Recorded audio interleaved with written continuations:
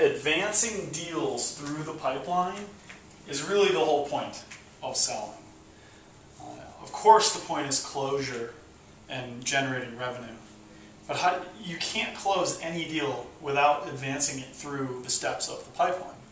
So whenever you hear people talk about progress in a sales deal or advancing a sales deal, what they're referring to is the process of moving a company.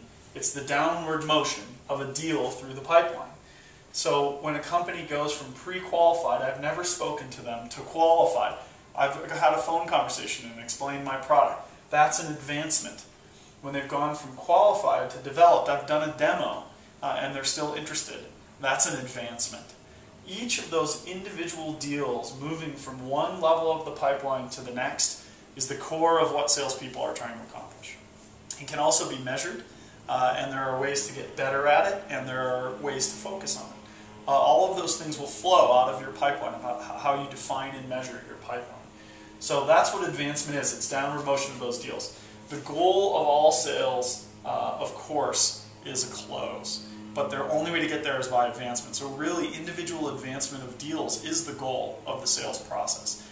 It's a victory to get a deal moved from developed. I've had an original meeting with them. I'm sorry, defined. I've had an original meeting with them to developed. I've spoken to every decision maker in their company.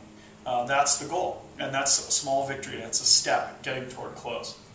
Also, the ratios will tell you where to apply resources. So you remember those ratios, at what you're good and bad at in terms of how you advance deals will tell you where to apply the resources. If you're very good at getting a first meeting to a second meeting like we are here, but not so good at closing the deal, then you can apply your resources to this transition from the second meeting to closure. So you know which piece of advancement to apply resources. It also, if you define your levels well, advancement is easy to measure. If you're bad at defining these levels in your pipeline, you'll be confused about which deals are advancing and which aren't. If you make these levels definable actions or definable documents, instances, demos, things you can actually measure, not someone's thoughts on whether it's advanced, then you'll do a much better job of being able to diagnose problems and also track advancement progress. Also, the trending of how people are advancing, which will show up in your pipeline and in your dashboard, that trending will alert you to industry or customer global issues. So, for example, let's say you're doing great at advancing everyone along, and then everybody stops at closure. You know, maybe there's an economy issue or a budgeting issue that's affecting every customer. So that's the concept of advancement. It's simply the downward motion of deals through the pipeline, and it essentially is it's the brick that builds your ultimate sales progress. So every advancement is a victory, and that's really what you're working toward with your sales team.